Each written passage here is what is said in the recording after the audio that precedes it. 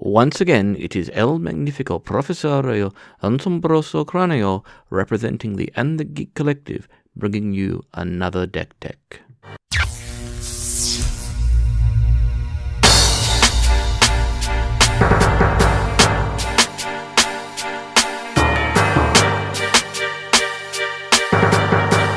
Several Magic the Gathering players ask, what is a switch deck?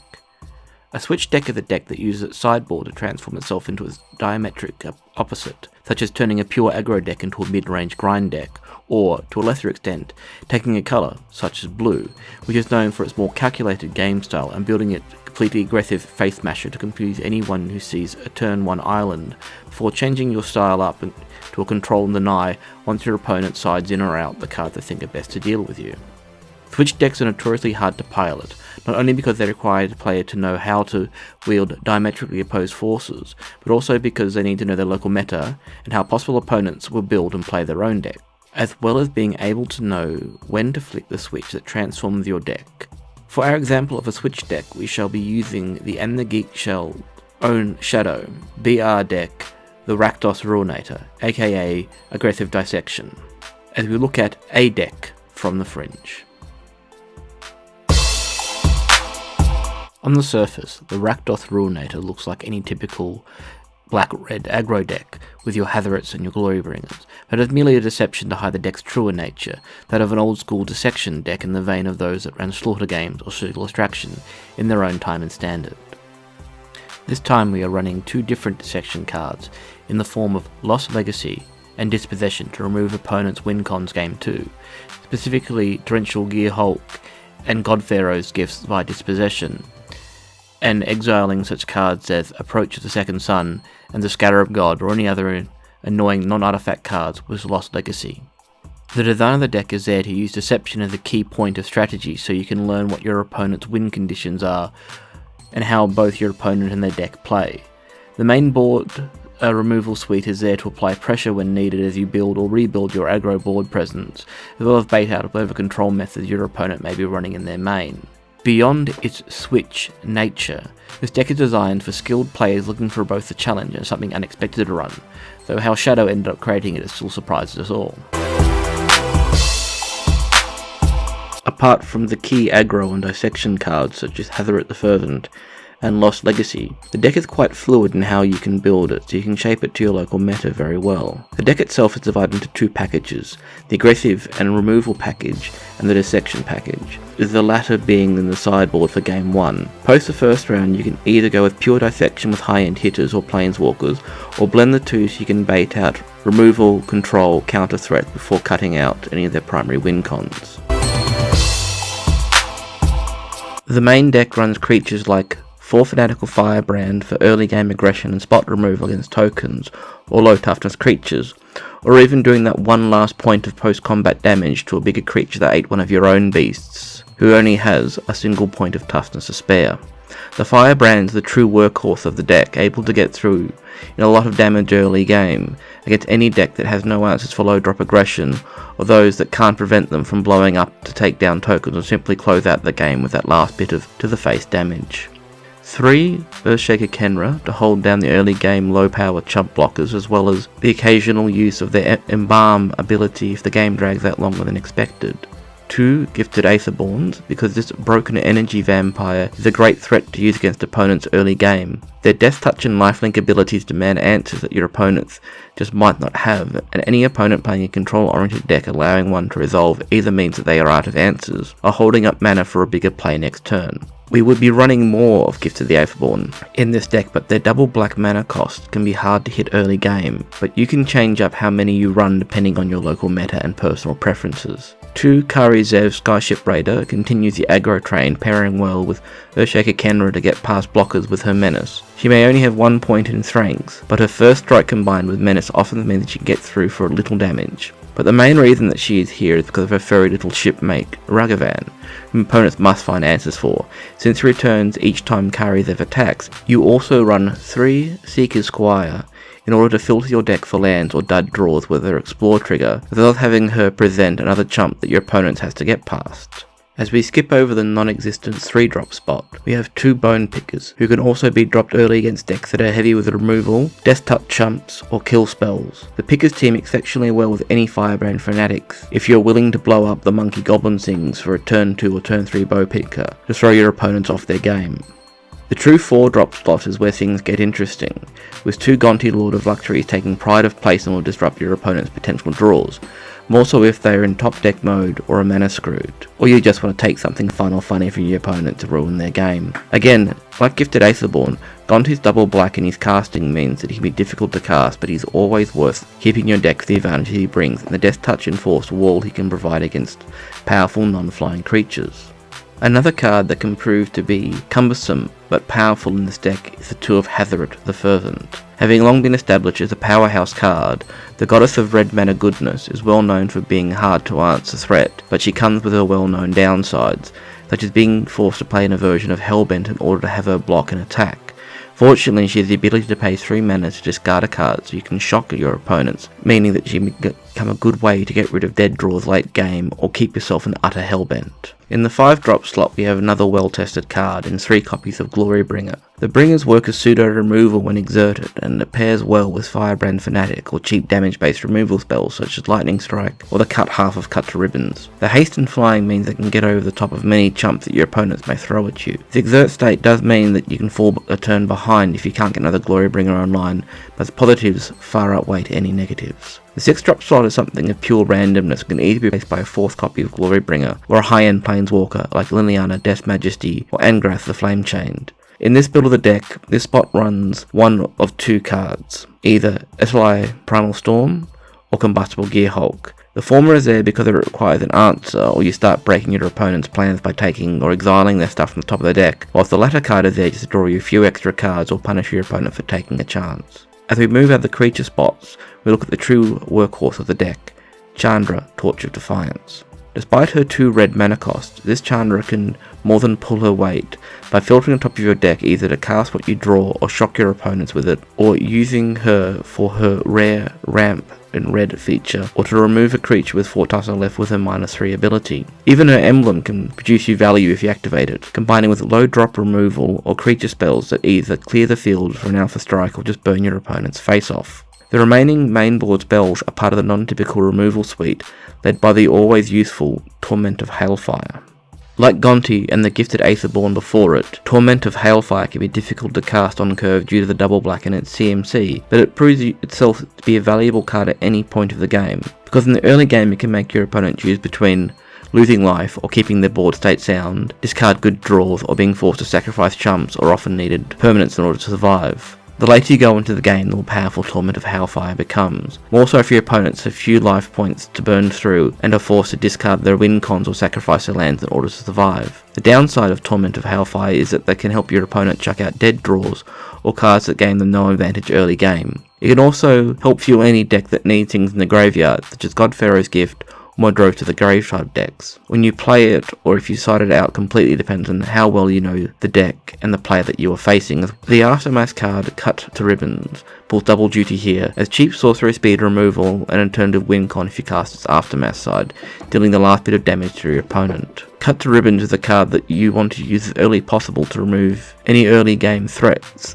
so you can use the ribbon half as you move into the end game, but it's also a nice late game draw, pairing well with Lightning Strike to maximise damage to a creature. Despite it being sorcery speed and creature only damage, Cut Ribbons has a lot of work for you. To finish off the spells, Lightning Bolt's lesser cousin, Lightning Strike, is a 4-off to deal with early game removal, to add damage to Cut or Glorybringer's exert ability, or just the good old fashioned burn to the face. The land package is simple, with 4 Dragon Skull summits, 11 mountains, and 9 swamps. Because you want to play things as quickly as possible, you don't want to be running Canyon Slough because it slows down your turn and its cycling does little for you. The Black and Red Memorial lands, Folly and War, lack synergy with this deck and also throw you back a land, which is the last thing you want for a Switch deck. So, to recap the main board, we have 4 Fanatical Firebrands, 3 Earthshaker Kenra, 2 Gifted Aetherborns, 3 Seeker's Squire, 2 Karizev Skyship Raider, 2 Bone Picker, 2 Gonti Lord of Luxury, 2 Hathoret the Fervent, 3 Glorybringer, 1 Etalai the Primal Storm, or alternatively 1 Combustible Gearhulk. For instance, we have 4 Lightning Strike. For sorceries, we have 3 Cut to Ribbons, 3 Torments of Hailfire, and for our Planeswalkers, we have 2 Chandra, Torch of Defiance. And for our lands, we have 4 Dragon Skull Summits, 11 Mountains, and 9 Swamps. As previously mentioned, the sideboard is highly adjustable and should be tailored to your local meta, but it should also contain the key dissection cards, Lost Legacy, and Dispossession. You want to be running at least 3 Lost Legacy and 2 Dispossession.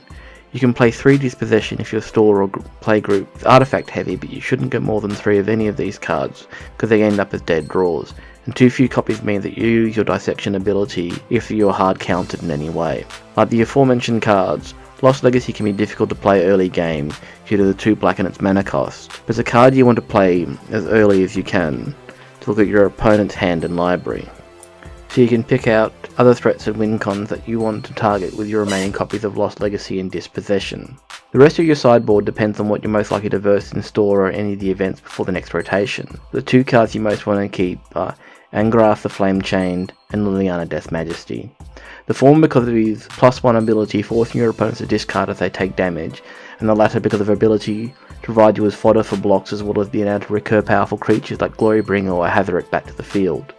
The side has 3 Abrade to deal with any artifacts that Dispossession may miss or you don't deem a huge threat to dissect, such as the God's Monuments. Abrade is also a good simple damage removal at instant speed if you're facing more aggressive decks. The 2 copies of the Eldest Reborn are there for late game discard and removal, as well as potentially grabbing a powerful creature or planeswalker over your opponent's grave if they have better things buried than you do. Finally, Sweltering Suns and Yahenni's Expertise are primary killer cards to deal with random occurrences, with the former good at taking low toughness aggro creatures while letting your Glorybringers just survive if your opponent doesn't have any way to damage them, whilst at the same time letting you cast a 3 CMC or less for free. As said, in the main board the section is Combustible Gear Hulk is just there for the unexpected factor, and you can change it for anything else that suits your local meta better.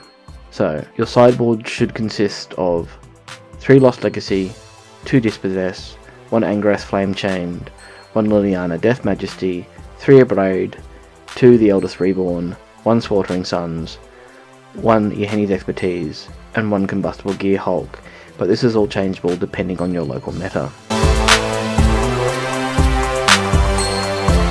The 2 best matchups you can find yourself against are Approach and God Pharaoh's Gift decks, where you can target their primary win conditions with Lost Legacy and Dispossess, sending them to exile where they can never bother you again. In fact, this deck was designed to deal with Approach decks, and whilst the plan and design of this deck has changed dramatically since the original concept, the basic plan against Approach remains the same, where you Lost Legacy the deck's namesake card and cast Dispossess, get rid of any torrential Gear Hulks that might be hiding in the library or hand. Generally, this deck does well against any other deck that requires exact cards or combos as their win cons, especially Winding Constrictor where you target the namesake card with Lost Legacy, and Walking Ballista with Dispossess. This deck also does favourably well against vehicle-based decks, or any decks that run Heart of Kieran or any Planeswalkers as their primary way to win. Even if you do not know your opponent's deck well, you can still use Lost Legacy to name any card and then go through your opponent's deck, seeing what other threats they may have that you can get rid of with your next Lost Legacy. This may put you a little behind, but it does disrupt your opponent, more so if they are stacking the top of their deck with Scry Trigger than other spells or abilities that allow them to sculpt the top of their deck. Surprisingly enough, this deck does very poorly against aggro decks, especially mono red aggro because of how fast they can go and how much damage they do early game. Whilst this deck can go aggro for aggro, it relies too heavily on spot removal and stalling out so you can play your largest threats or drop a Chandra, but your opponent can often kill her the turn after she comes out before you can get any real value off her. This deck also struggles against hard control decks that can hold up mana and provide answers for pretty much anything that you can play, despite how much you attempt to bait them out with threat cards like Gonti or Gifted Aetherborn. Any deck with a strong go wide token strategy like Selesnya Cats or all the Vampires can quickly overwhelm this deck if you can't dissect their token generators or enchantments like Anointed Procession out of their hand or library. Siding in Sweltering Suns and Yahenni's Expertise can be your only option to deal with tokens, but this is not viable if you only modify your deck to deal with such threats.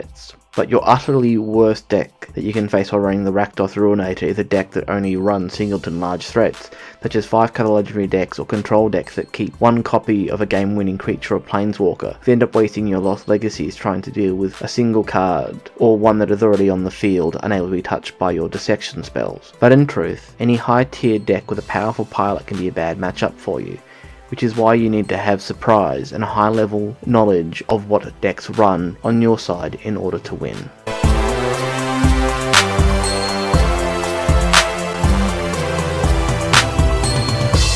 This is the deck that you shouldn't be afraid to mulligan with, as if you get mana screwed from the start or have no way to press your opponent early, then you are basically stuffed. Ideally, your opening hand should contain 3 lands, 2 basics and 1 Dragon Skull Summit. This means you can at least get your low drop aggro creatures out with the aim of having at least 1 Seeker's Squire in your opening hand or early draws. Although the card you truly want to see in your opening hand is at least 1 Fanatical Firebrand with a mountain, so you can make a turn 1 attack if you're on the play or provide a body to face your opponent with if you're on the draw. If you're unfamiliar with the deck that you are facing, you should use the first round to sound them out, both the player and their deck. If it makes it easier, just play out and out aggro, using your spot removal to clear the way for your attacking creatures to proceed. When using this mindset, you want to get Hathret down at least turn 4, and have your hand cleared down to 1 card by then. Don't be afraid to shock your opponent with Hathret's discard ability so you can get to Hellbent mode ASAP, but wait to do it during your opponent's end step if you have the mana to hold up. If you want to use your Torments of Hailfire at the most opportune moment, or when you just have the mana to spare with nothing else to cast. Also, don't forget to put your Cut to Ribbon sideways in your graveyard so you remember that they're there, because the ribbon's half can be an unseen win if you have enough mana to spare and your opponent is hanging on by their fingernails. By now you should have figured out what sort of deck your opponent is running and what their major threats are, so you need to decide what to side out and if you're going to side in, and if you're going to side in your dissection strategy at all. Not every opponent needs to have their deck utterly torn apart, so it becomes vital to running the Rakdos Ruinator to recognise what the major threats are. Lost Legacy and Dispossess are musts against any decks that have singular or limited win cons, such as the oft-mentioned Approach or God Pharaoh's gift decks, or any deck that runs hard to deal with things such as the Scarab God, Heart of Kieran, and or Torrential Gearhulks, but against any other sort of decks you must use your own discretion and judgment. Outside of its Switch core, with the Lost Legacy and Dispossess, Hathret the Fervent, and Gonti Lord of Luxury, as well as Glorybringer, you can do a lot to suit your individual playstyle or take down the decks that are most dominant in your local game store. If you're interested in card draw over early aggression, you can swap Urshaka Kenra for Glintsley Siphoner, but without anything else that produces energies can be a very limited option since Siphoners are easy targets for early game removal. You can bolster your energy supplies by swapping Lightning Strike with Harness Lightning, but that means you can lose removal to fuel your Siphoners, or you lose draw to take out big threats. If you're after a more controlling style of play, instead of first game aggression, Kitesail Freeboot is a good replacements for Earthshakers, since they have evasion that you're picking your opponent's hand whilst possibly removing something from it. The same can be said with replacing Firebrands with Duress or Divest to have a more controlling deck, although doing this means you lose much of the reason for running the Switch deck in the first place. In the end, any changes that you make to the deck are your own personal choices that must reflect not only your preferred playstyles, but also the deck that you're most likely to face at your local game stores. Once you've figured out all of these factors, you can start to stomp fate and dissecting decks like a champ. That is all for now. We'll try and make more of these sort of deck techs along with our Theme Commander deck videos whenever we can. You can now do all the things that content creators tell their viewers to do via the links and widgets below. This has been El Magnifico Professorio Ambrosoro Cranio for the And the Geek Shell Collective. Until next time, good luck and good gaming.